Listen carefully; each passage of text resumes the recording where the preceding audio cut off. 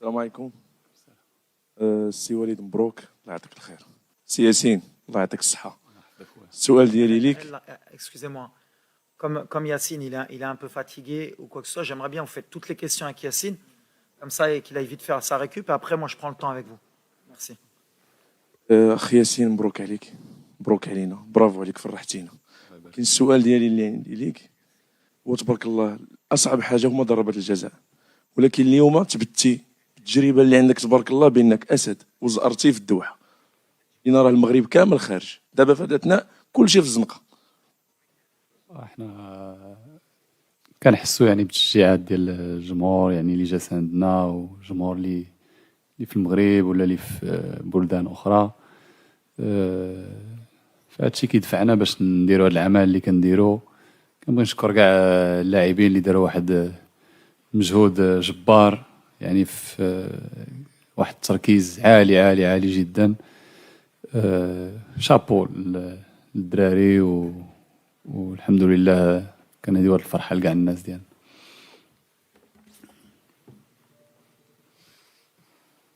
Over here, yes. ياسين واش عارفين اشنو تديروا دابا؟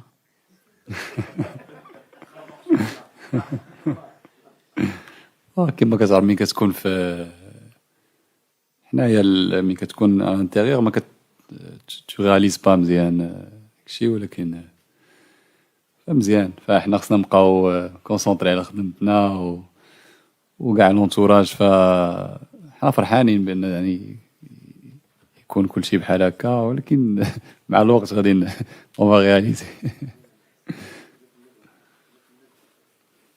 Over there, please. Yassine Bounou, Walid Regragui. Je suis un journaliste marocain, but I'm going to speak in English so all the journalists in this room will understand what I'm saying. Yassine and Walid, today you have made history. I don't have any question. I just would like to thank you. I would like to thank you because this has never been done in Moroccan football. You have gained back the trust of a whole Moroccan generation. 40 million Moroccan people are happy today of what you've done. Thank you, Coach Walid. Thank you, Yassine Bounou, for everything that you have done. Today you have marked the Moroccan history. I'm speaking and I have tears in my eyes because seriously, you have marked Moroccan history, Yassine. Thank you. First of all, as a Moroccan l'anglais نقية. Second of all, as a Moroccan. الانجلي نقية. الله يشكرك. Okay, so as that was not a question, let's go over here with the final question for him. Yeah. Over here, please. Sim, Fernando Valeca de Barros, je suis freelance et je travaille pour le Stade de São Paulo du Brésil. Bon, d'abord, congratulations. Vous êtes un héros national et vous méritez d'être un héros national. Hier, j'ai parlé avec le gardien de Croatie qui, comme vous, il y avait un prouesse. Il a défendu 3 pénaltys comme vous. Et il me dit qu'à part la chance, il y a beaucoup d'observations de sa part. Quelle est votre stratégie pour arrêter 3 pénaltys dans un jeu comme celui-là? Merci beaucoup. Bah écoutez, c'est un petit peu de feeling, un petit peu de chance et voilà quoi. Il y a pas grand chose quoi.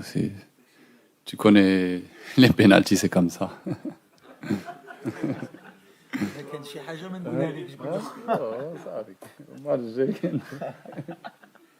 Merci beaucoup. Thank you very much. Thank you so much. Thank you. Let's continue now over here, please. ما عندكش البديل وعندنا مباراة الآن ديال الربع لينا كنطمعوا. شنو الإحساس ديالك واللاعبين كتشوفهم كيتصابوا؟ Moi, premièrement, avant de répondre, je voudrais dire un grand bravo aux joueurs. Ce qu'ils ont fait aujourd'hui, c'est extraordinaire dans la débauche d'énergie, dans l'envie de ne pas vouloir perdre ce match, de s'accrocher parce qu'on est tombé sur une des meilleures équipes au monde, peut-être la meilleure de la compétition en termes de possession. Ils nous ont fait mal, ils nous ont fait courir. Mais on s'attendait à ce genre de match. Alors, Goulti, qu'on a joué un peu comme contre la Belgique, je pense qu'on a joué comme on joue d'habitude depuis très longtemps, sauf qu'on s'adapte aussi par rapport aux adversaires. On ne pouvait pas aller trop les chercher parce qu'on savait que c'est ce qu'ils attendaient.